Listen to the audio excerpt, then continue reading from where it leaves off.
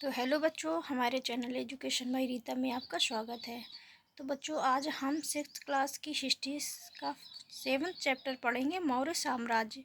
जानेंगे कि मौर्य साम्राज्य का विस्तार कैसे हुआ। आप आजकल के प्रचलित सिक्कों को ध्यान से देखिए। इसके एक और पीठ से पीठ सटाए हुए 4 सिंह बैठे हैं। ये सिंह अशोक के सारनाथ स्तंभ से लिए गए हैं। अशोक जिस वंश का शासक था वह वंश था मौर्य वंश। कौन सा वंश था? मौर्य वंश। बौद्ध स्रोतों के अनुसार नंद वंश के शासक घनानंद द्वारा अपमानित आचार्य कौटिल्य चाणक्य ने बालक चंद्रगुप्त को राजकील कम नामक खेल खेलते हुए देखा। बालक ने में विलक्षण नेतृत्व प्रतिभा देखकर चाणक्य ने उसे अपना शिष्य बना लिया और अपने साथ तक्षशिला ले जाकर विविध कलाओं की शिक्षा दी। फिर चंद्रगुप्त ने चाणक्य की कूटनीति एवं रण कौशल द्वारा नंद वंश के अंतिम शासक घनानंद को पराजित कर 322 ईसा पूर्व में मगध और मौर्य वंश की स्थापना की। किसने पराजित किया? नंद वंश के अंतिम शासक घनानंद को 322 ईसा पूर्व मगध। यूनानी सेनापति सेल्यूकस ने 305 ईसा पूर्व में पश्चिमोत्तर भारत पर आक्रमण किया, जिसे चंद्रगुप्त ने परास्त कर दिया। सेल्यूकस को चंद्रगुप्त से एक संधि करनी पड़ी, जिससे चंद्रगुप्त को हिंदू कुश पर्वत तक के प्रांत उपहार में मिले। सेल्यूकस ने मेगास्थनीज नामक राजदूत चंद्रगुप्त के दरबार में भेजा।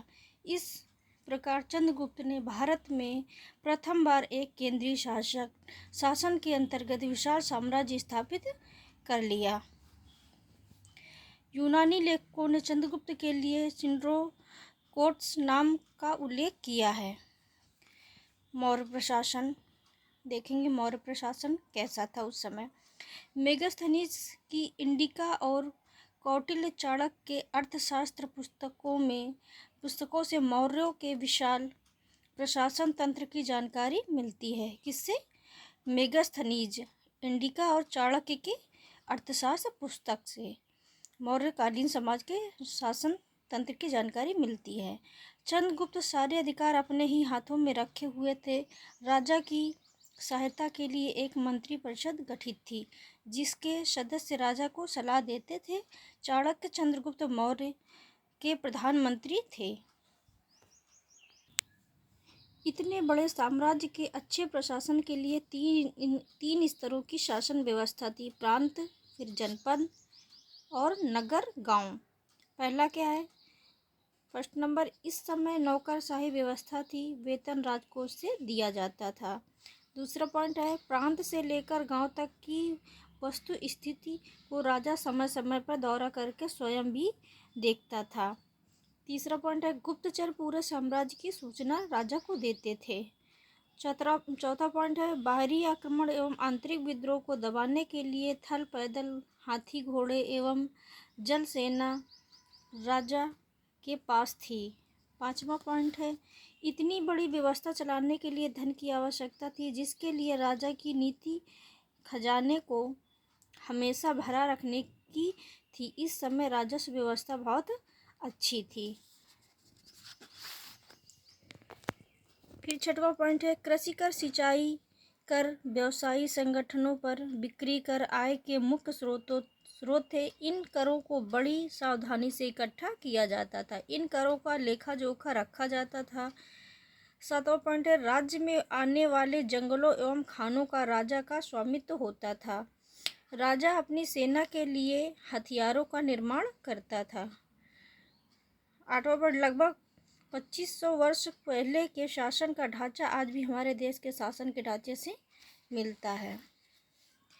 बूझो तो जाने, इसमें देखेंगे। मेगास्थनीज ने अपनी भारत यात्रा विवरण में उन चीज़ों के बारे में जिक्र किया है जो उसे आश्चर्यजनक लगी थी। क्या आप बता सकते हैं कि उसमें किनके बारे में लिखा होगा? तो पहला, इसकी जड़ें तनों से उगती, इसकी छाया में 400 लोग एक साथ रह सकते हैं, बिना मधुमक्खी के शहद निकलता है, ऊन पेड़ों से उगती है, पक्षी जो मनुष्य जैसे बोलते हैं। इसमें से छांटना है। तो जैसे कि इसमें जड़ें किसमें तने से निकलती हैं जो 400 लोग एक साथ बैठ सकते हैं, तो ये हो गया बरगद। बिना मधुमक्खी के शहद निकलता है गन्ने से। ऊन पेड़ों से उगती है, कपास। पक्षी जो मनुष्य जैसे बोलता है, तो ये तोता हो गया। अब मेगास्थनीज की नज़र में देखेंगे। जो लोग सभ्य थे वे अपने घरों में ताला नहीं लगाते थे, वे अपनी कई बातों का पालन करते थे, वे झूठी गवाही नहीं देते थे, उनके महल सोने चांदी से बने थे। मगध साम्राज्य की राजधानी पाटलिपुत्र का क्षेत्रफल 9 मील लंबा, 1.5 मील चौड़ा था। तक्षशिला से पाटलिपुत्र तक की सड़कों को दोनों ओर छायादार वृक्ष तथा जगह जगह पर कुएं थे।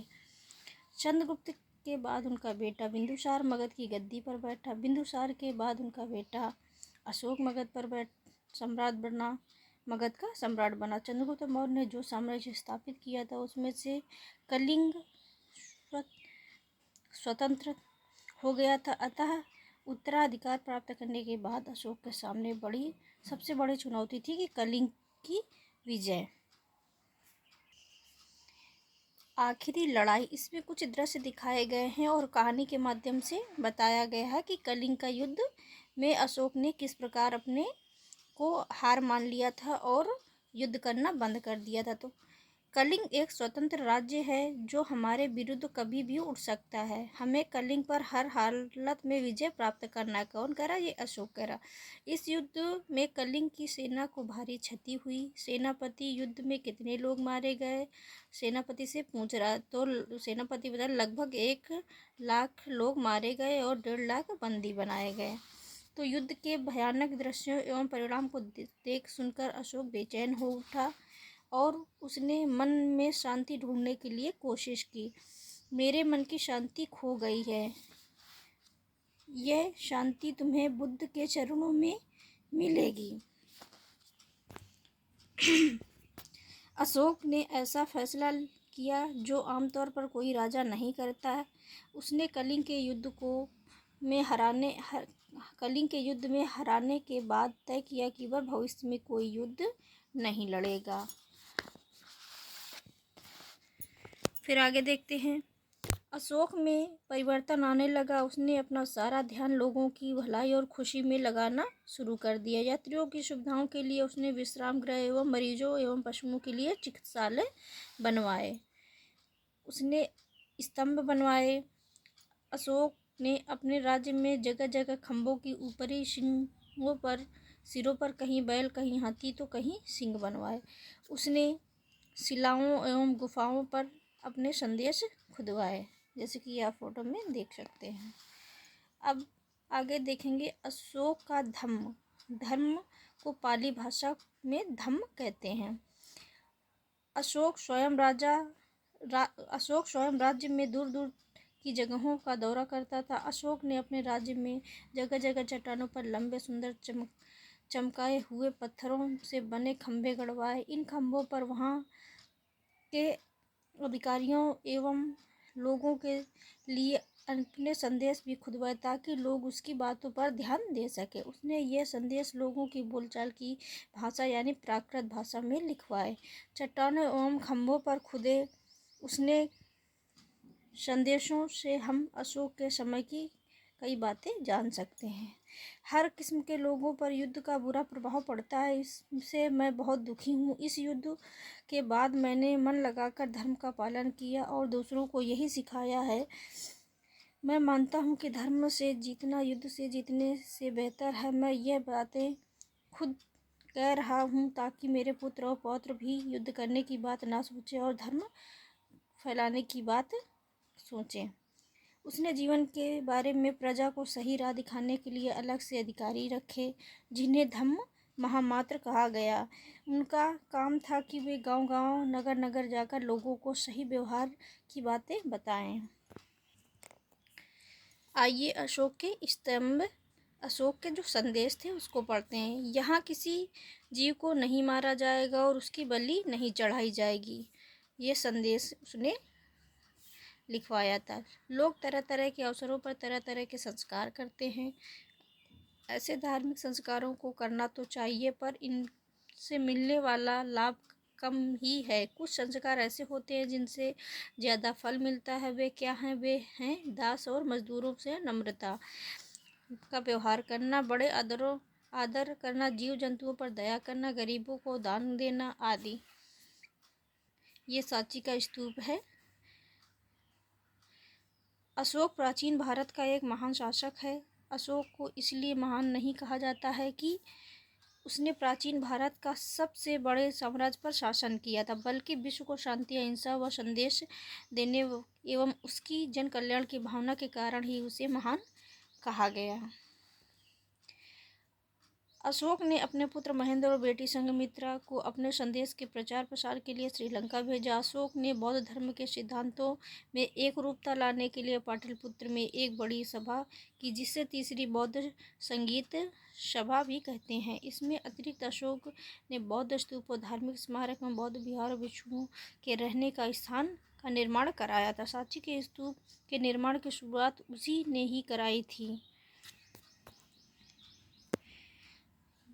ये देखिए, इसमें दिखाया हुआ है। प्रथम बौद्ध संगीत सभा अजातशत्रु के समय में हुई थी। द्वितीय बौद्ध संगीत सभा कालाशोक के समय में हुई थी। तृतीय बौद्ध संगीत सभा अशोक के समय में हुई और चतुर्थ बौद्ध सभा कनिष्क के समय में हुई थी।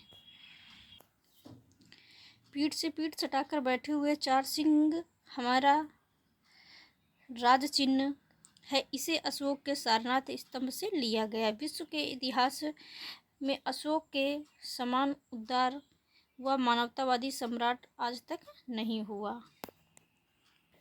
अब देखेंगे कि मौर्य साम्राज्य का पतन किस प्रकार हुआ। वंशानुगत साम्राज्य तभी तक बने रहते हैं जब तक योग्य शासकों की कड़ी बनी रहती है। अशोक के दुर्बल उत्तराधिकारियों के कारण दूरस्थ प्रांत स्वतंत्र होने लगे। देश में विदेशी आक्रमण होने लगे। धीरे धीरे साम्राज्य की शक्ति कमजोर होती गई। पुष्यमित्र शुंग, जो मौर्य साम्राज्य में सेनापति था, ने अंतिम मौर्य सम्राट बृहदत्त की हत्या कर मौर्य साम्राज्य पर कब्जा कर लिया। इस प्रकार मौर्य साम्राज्य का पतन हो गया। संगम साहित्य। मौर्य साम्राज्य के समकालीन सुदूर दक्षिण में तीन राज्य के चोल, कारोमंडल,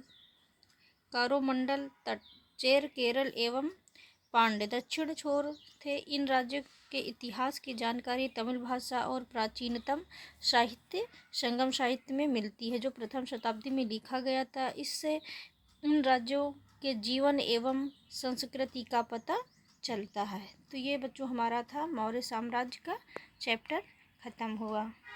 बच्चों वीडियो आपको अच्छा लगा तो लाइक करना। Thank you.